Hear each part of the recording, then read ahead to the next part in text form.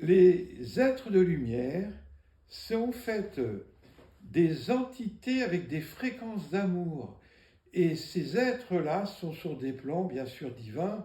On sait qu'il y a plusieurs plans, et même on peut dire qu'il y a une hiérarchie, peut-être. On parle d'anges, on parle d'archanges, mais ce sont tous des êtres qui viennent nous aider, et surtout actuellement, pour ce nouveau monde, le principal instigateur d'amour pour ce nouveau monde, c'est l'archange Michael.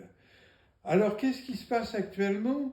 Eh bien, grâce à notre soin temporel, c'est-à-dire de notre canal qui nous relie du cœur à l'incréé, ils peuvent passer à travers nous pour nous aider à nous libérer de certains conditionnements, à nous ouvrir le cœur, et bien sûr, quand ils sont dans cette présence avec nous, eh bien c'est une, on pourrait dire, lumière extraordinaire qui se diffuse sur toute la planète et qui dirige bien sûr ce nouveau monde.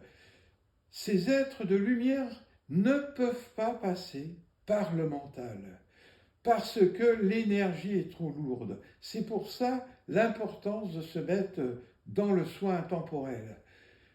Il y a eu, à une époque, il y a une trentaine d'années, une mode qui était New Age. C'est-à-dire qu'à ce moment-là, il y avait beaucoup de personnes qui se croyaient reliées avec des guides.